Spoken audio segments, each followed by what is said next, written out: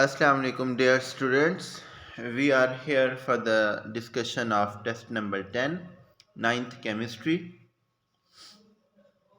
First of all, we will discuss the MCQs. The first MCQs is the electronic configuration of nitrogen is. We know the atomic number of nitrogen is 7. Then we will fill the electrons in the respective shells and subshells. We know that first of all electron will goes into the first shell, that is 1s2 2s2. In the option A there are total 6 electrons, but the atomic number of nitrogen is 7, so we know that there are 7 electrons in nitrogen. Four of them Two of them will be in the first shell, and remaining 5 electrons will be in the second shell. So electronic configuration will be written as 1s2 2s2 2p3. We know that S subshell contain maximum 2 electrons, and P subshell here will contain only 3 electrons, so option B will be correct. The electronic configuration of phosphorus P-3 will be, we know that there are 15 electrons in phosphorus. When 3 electrons are added in phosphorus, then it will become like that the electronic configuration of argon. आप उसमें जब 3 electron add करते हैं तो उसकी electronic configuration बिल्कुल वैसी ही हो जाती है जैसे आर्गन की होती है। इसमें 18 इलेक्ट्रॉन्स आ जाते हैं। Then we will write the electronic configuration like we write that argon 1s2 2s2 2p6 3s2 3p6. इसका आसान हल मैंने आपको बताया था कि पहले आप शेल लेवल के ऊपर लिख सकते हैं, KLMN उस तरह भी लिख सकते हैं अपनी आसानी के लिए याद रखने के लिए, वरना आपको पता है कि जब फास्फोरस के अंदर 3 इलेक्ट्रॉन ऐड किए जाते हैं तो वो बिल्कुल आर्गन की तरह हो जाता है। ऑप्शन सी हमारे पास करेक्ट होगा। थर्ड वन, के शेल हैज़ सब शेल्स। हमें पता है कि जो शेल का नंबर होता है अकॉर्डिंगली उसी तरह आप उसके सब शेल भी लिख सकते हैं। के चूँकि पहला शेल होता है इसलिए उसके अंदर एक सब शेल होगा। इसी तरह एल हमारे पास सेकंड शेल होता है, उसके अंदर 2 सब शेल होंगे जिसको आप एस और पी कहेंगे। एम तीसरा शेल होता है, आप इसके अंदर 3 सब शेल लिखते हैं, एस पी डी। और एन चौथा शेल होता है, इसके अंदर 4 सब शेल होते हैं, S P D F. So option A will be correct that K shell has only 1 sub shell. Fourth one, Bohr presented his model of atom in 1913. That is the memory based question. You have to remember this figure that this model was presented in 1913. और इसी तरह आपको ये भी पता होना चाहिए कि जो हमारे पास रदरफोर्ड का मॉडल है वो 1911 में प्रेजेंट किया गया था। सो option A will be correct. Next, nucleus is positively charged because according to Rutherford's atomic model, the deflection of few particles proved that there is a center of positive charges in an atom, which is called nucleus of an atom, and nucleus contain protons. Definitely we know that the charge on proton is positive, so nucleus is positively charge. Negatively charge जो होते हैं वो electrons होते हैं, जबकि जो neutrons होते हैं वो न्यूट्रल होते हैं। Option A will be correct. Next one, the P sub shell has 1 orbital, 2 orbital, 3 orbital or 4 orbital. Definitely P subshell has 3 orbitals that are px, py, pz. तीनों डिफरेंट एक्सिस के अलॉन्ग्स होते हैं। सो एक एक्स एक्सिस के along होता है, एक Y axis के अलॉन्ग होता है, एक जी एक्सिस के अलॉन्ग होता है। So P sub shell has 3 orbitals that are px, py and pz. Long form of periodic table is constructed on the basis of Mendeleev postulate, atomic number, atomic mass, mass number. Definitely we know that the long form of periodic table is constructed on the basis of atomic number. पहले जो है हमारे पास जो Mendeleev ने अपनी periodic table पेश की थी, वो एटॉमिक मास की बुनियाद पर थी, लेकिन उसमें बहुत सारे डिफेक्ट्स थे, लाइक दैट आइसोटॉप को आप एक्सप्लेन नहीं कर सकते थे, प्रॉपर्टीज़ को आप प्रॉपरली एक्सप्लेन नहीं कर सकते थे.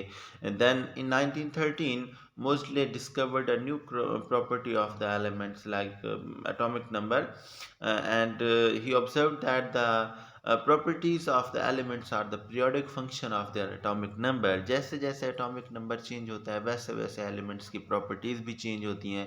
फिर एक ग्रुप के अंदर आने वाले तमाम elements की properties जो हैं वो same होती हैं. So the present periodic table is constructed on the basis of atomic number that was given by Moseley. So option B will be correct. Second and third periods of the long form of periodic table are called short period, normal period, long periods, very long periods. So definitely you know that the first period contain only two elements, that is called short period. Second and third period contain 8 elements in each, that are called normal periods. Fourth and fifth contain 18 elements, and sixth and seventh contain 32 elements. But you know that seventh period is called incomplete. But हमारा जो सवाल है वो ये है कि second और third period को आप क्या कहते हैं. That are called normal periods, क्योंकि उनके अंदर 8 एलिमेंट्स होते हैं, नीचे वालों के पास 18 होते हैं, ऊपर वाले के पास 2 है. So it contain 8 elements, and that is called normal periods. Next one, how many groups are there in the modern periodic table? 16, 17, 18, 19. ये आपको जो features of periodic table given है उसके अंदर लिखी हुई है सारी डिटेल पीरियोडिक टेबल के बारे में. There are 18 groups that are vertical columns जिसे आप कहते हैं, एंड 7 हॉरिजॉन्टल रोज हैं जिनको आप पीरियड्स कहते हैं. ये चीज़ें आपको पता होनी चाहिए क्योंकि ये बेसिक्स हैं और ये कहीं पर भी किसी भी क्लास के अंदर भी ये सवाल पूछे जा सकते हैं. Option C will be correct. The elements of group 3 to group 12 contain transition elements, normal elements, lanthanides, or actinides. You know that the first two groups in the periodic table are called S block elements, then 3 to 12 are called D block elements, 13 to 18 group number are called P block elements. जो remaining है नीचे lanthanides और actinides से start होते हैं तो वो F block उसको आप कहते हैं. सो डेफिनेटली आप इसके अंदर देखें कि जो आपके पास 11 एंड 12 होते हैं वो डी ब्लॉक के अंदर आते हैं. इनको ट्रांजिशन एलिमेंट भी कहा जाता है.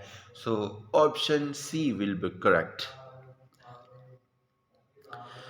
नेक्स्ट हम शॉर्ट आंसर्स की तरफ चलते हैं. Differentiate between shell and sub shells with examples. Shells are the main energy levels होते हैं, डेफिनेटली आपको पता है. Sub shells are represented by circles around the nucleus. They are counted from the centre to outward. इनको आप represent करते हैं KLMN के साथ. ये कैपिटल लेटर्स में लिखे जाते हैं. While sub shells sub energy levels in the main shell are called sub shell. Basically sub shell are the part of shell, उसके अंदर होती हैं. शेल बड़े लेवल की बात है, सब शेल फिर शेल के अंदर होता है. फिर इनके अंदर ऑर्बिटल्स होते हैं और ऑर्बिटल्स के अंदर जो है वो इलेक्ट्रॉन्स होती हैं. इससे आप डिफ्रेंशिएट करते हैं. फिर इनको जो है SPDF से डिनोट किया जाता है. ये स्मॉल लेटर्स के अंदर इनको जो है वो डिनोट किया जाता है. Next one, what is the atomic number of silicon? Write down it's electronic configuration. Silicon का एटॉमिक नंबर 14 होता है. 14 को अकॉर्डिंगली एनर्जी लेवल के लिहाज से आप इसके अंदर जो है वो तरतीब दीजिए. 1s2, 2s2, 2p6, 3s2, 3p2. Write down the names of elements of period 1 with their symbols. There are only two elements in the first period, which are hydrogen and helium. Hydrogen is represented by H and helium is represented by HE. अक्सर बच्चे ये गलती करते हैं, वो H भी बड़ा लिखते हैं और E भी बड़ा लिखते हैं. रिमेंबर दैट ये बात कभी नहीं भूलनी कि एलिमेंट्स के जो जब आप सिंबल लिखते हैं तो उसमें पहला जो वर्ड होता है वो उसको हमेशा कैपिटल लेटर में लिखना है आपने, और दूसरा जो होगा वो उसको हमेशा स्मॉल में लिखना है. सो ऑप्शन तो इसमें नहीं है. डेफिनेटली आपने लिखना है हाइड्रोजन और हीलियम. ये आप लिख लीजिए, नाम भी लिख लीजिए और सिंबल्स भी लिख लीजिए. What do you mean by periodic function? Periodic function periodicity से निकला है, repetition of anything after a regular interval, that is called periodicity. And periodic function क्या होगा? A function which repeats its value after regular interval, that is called periodic function. और modern periodic table के अंदर भी जो properties of elements हैं, that are the periodic function of their atomic number. इसीलिए एक खास वक्फे के बाद, एक ख़ास नंबर के बाद वो अपनी प्रॉपर्टीज़ को रिपीट करती हैं. लाइक दैट लिथियम और सोडियम आफ्टर एट्थ एलिमेंट, आपको पता है ये ऑक्टिव लॉ भी कहलाता है. सो अपनी प्रॉपर्टीज़ को जो है वो रिपीट करती है. Write down the defects of Rutherford's atomic model. दो चीज़ें हैं जिनको वो एक्सप्लेन नहीं करता. एक स्टेबिलिटी को, अगर इलेक्ट्रॉन कॉन्टिन्यूसली मूव कर रहा है तो फिर उसको एनर्जी जो है क्लासिकल थ्योरी के अकॉर्डिंगली कॉन्टिन्यूसली एमिट करनी चाहिए, रिलीज़ करनी चाहिए. फिर अगर वो ऐसा करता है तो उसको कॉन्टिन्यूसली जो है एनर्जी रिलीज़ करते करते न्यूक्लियस के करीब आते आते वो न्यूक्लियस के अंदर फॉल कर जाएगा और एटम जो है वो स्टेबल नहीं रहेगा, वो डिस्ट्रॉय हो जाएगा. पहली बात ये. दूसरा, अगर वो ऐसा करता है तो फिर उसको जो स्पेक्ट्रम देना है उसको कंटिन्यूस होना चाहिए, लेकिन ऐसा नहीं होता. वो डिसकंटिन्यूस स्पेक्ट्रम या लाइन स्पेक्ट्रम देता है. इस बात को एक्सप्लेन नहीं कर सके थे रदरफोर्ड और उनके ये डिफेक्ट्स थे. लॉन्ग क्वेश्चन की तरफ चलते हैं. Write down the postulates of Bohr's atomic theory. ये सिंपली आपने उसके बारे में लिखना है. It was given in 1913. फिर आपने बताना है कि ये सारी बातें कि उसके अंदर हाइड्रोजन के जो hydrogen consist of टिनी nucleus and electron, उसके अंदर एक इलेक्ट्रॉन होता है वो उसके अंदर मूव करते हैं. आपने एनर्जी का डिफरेंस बताना है. आपने क्वांटाइज्ड एनर्जी के बारे में बताना है. आपने एंगुलर मोमेंटम के बारे में बताना है. आपने प्लैंक्स कांस्टेंट की वैल्यू के बारे में बताना है. ये सारी चीज़ें आपने लॉन्ग क्वेश्चन के अंदर एक्सप्लेन करनी है और ये आपका सवाल कंप्लीट हो जाएगा. नेक्स्ट हमने पीरियड के बारे में बताना है. डेफिनेटली ये आपने फीचर्स ऑफ पीरियोडिक टेबल उसमें सारी चीज़ें देखी हैं. फिर आपने यहाँ पर पीरियड्स को एक्सप्लेन करना है. हमारे पास 7 पीरियड्स हैं, उसमें पहले में कितने एलिमेंट्स हैं, दूसरे में, तीसरे, चौथे, पाँचवें, छठे, सातवें, सब के बारे में आपने बताना है. फिर उनका एटॉमिक नंबर्स आपने याद रखना है कि कौन कहाँ से स्टार्ट हो रहा है, पहला पीरियड कहाँ से स्टार्ट हो रहा है, दूसरा, तीसरा, ये सारी बातें आपने एक्सप्लेन करनी है. फिर उनकी प्रॉपर्टीज़ के बारे में बतानी है कि along the periods properties does not remain constant. उनकी डिफरेंट जो है वो प्रॉपर्टीज़ होती हैं, जबकि ग्रुप के अंदर तो डेफिनेटली आपको पता है जो प्रॉपर्टीज़ होती हैं वो सेम होनी चाहिए. सो ये सारी बातें आपने एक्सप्लेन करनी हैं. इस तरह से आपका ये टेस्ट जो है वो कंप्लीट हो जाएगा. That is your discussion. If you have any question about that, if you have any query about that, you can contact me on my WhatsApp number. You can call me anytime. इंशाल्लाह I will guide you. किसी भी किस्म की कोई मदद की ज़रूरत होती है तो आप कांटेक्ट कीजिए. जज्बे अपने जवान रखिए. अपने पेपर्स पर तवज्जो कीजिए. मेहनत कीजिए. ऑनलाइन पेपर्स हैं तो अपने साफ इंसाफ कीजिए और अपनी पढ़ाई पर तवज्जो दीजिए. अपने वालिदैन की उम्मीदों पर पूरा उतरिए. हमारी उम्मीदों पर आप पूरा उतरें तो अल्लाह ताला इंशाल्लाह आपको कामयाबी देगा. Thank you very much. Take care and अल्लाह हाफिज़.